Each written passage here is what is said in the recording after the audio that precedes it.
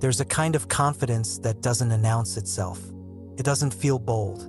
It doesn't feel certain. It doesn't feel like strength in the way strength is usually described. It's quiet. So quiet that many people don't recognize it as confidence at all. They mistake it for indifference, or passivity, or giving up. But it isn't any of those things. It's the confidence that appears when you stop needing to convince yourself or anyone else that you're okay. Most of us learn confidence as something external. Confidence is being sure, being decisive, being unshaken. Confidence looks like knowing what you want and moving toward it without hesitation. So when that kind of confidence fades, people assume they've lost something important. But what often replaces it isn't weakness. It's a different kind of steadiness, one that doesn't rely on certainty. The quiet confidence no one talks about usually shows up after you stop pushing, after you stop trying to be impressive, after you stop measuring yourself against imagined futures. It doesn't arrive as a feeling of, "I've got this." It arrives as the absence of needing to say that at all. You may notice it in small moments. You're faced with uncertainty, and you don't rush to resolve it. Someone asks you a question you don't have an answer to, and you don't feel embarrassed. Plans change, and instead of scrambling, you adjust. There's no inner pep talk, no attempt to reassure yourself. You just respond. And afterward, you realize something quietly surprising. You didn't fall apart. That's often how this confidence reveals itself. Not through boldness, but through the absence of collapse. Earlier in life, confidence was often about control. If you knew enough, planned enough, prepared enough, you felt safe. Confidence meant reducing uncertainty.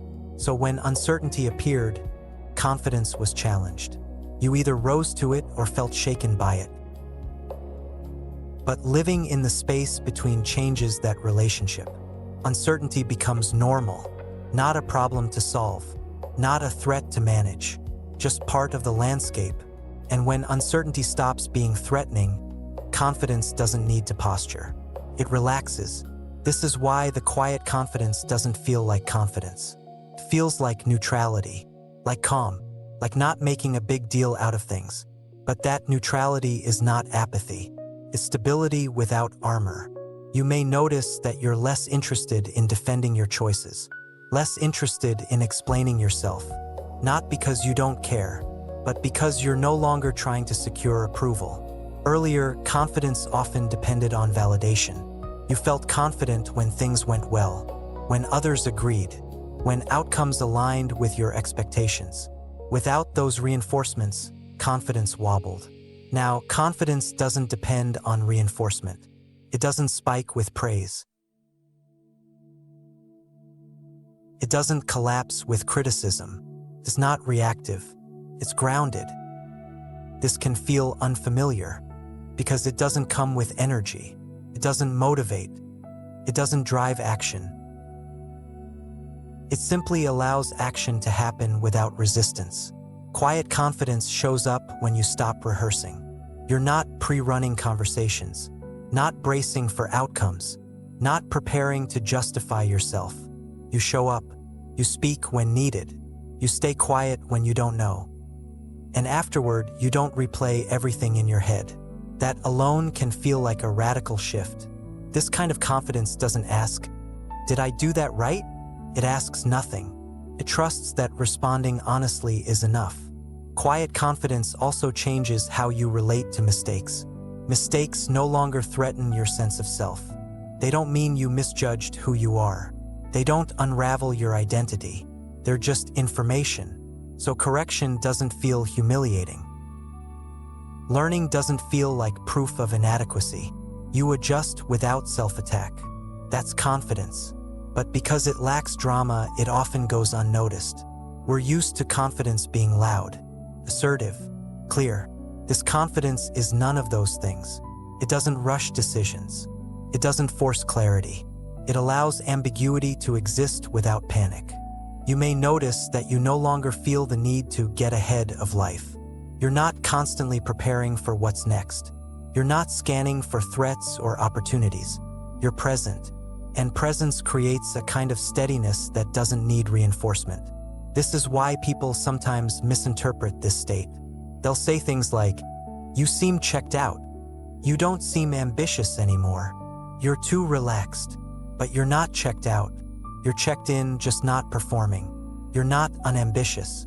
You're simply not driven by fear of falling behind. You're not disengaged. You're just not gripping.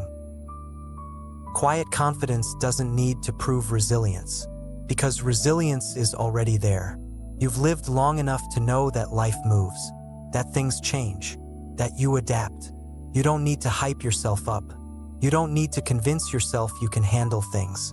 You already know you will, because you always have, even when you didn't feel confident at the time. That realization alone dissolves a lot of unnecessary tension. Quiet confidence also affects how you relate to other people. You listen more, not because you're trying to be polite, but because you're not preoccupied with managing your image. You're not waiting for your turn to speak. You're not thinking about how you're coming across.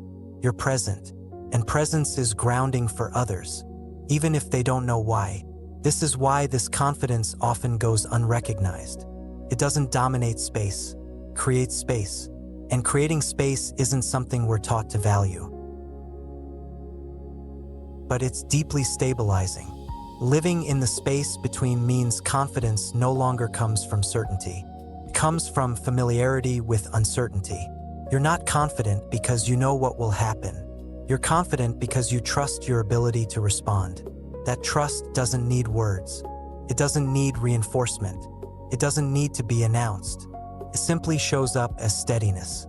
If you're listening to this and recognizing yourself, if you don't feel particularly confident, but you're not anxious either, if you're okay not knowing, if you're no longer trying to project strength, you haven't lost confidence.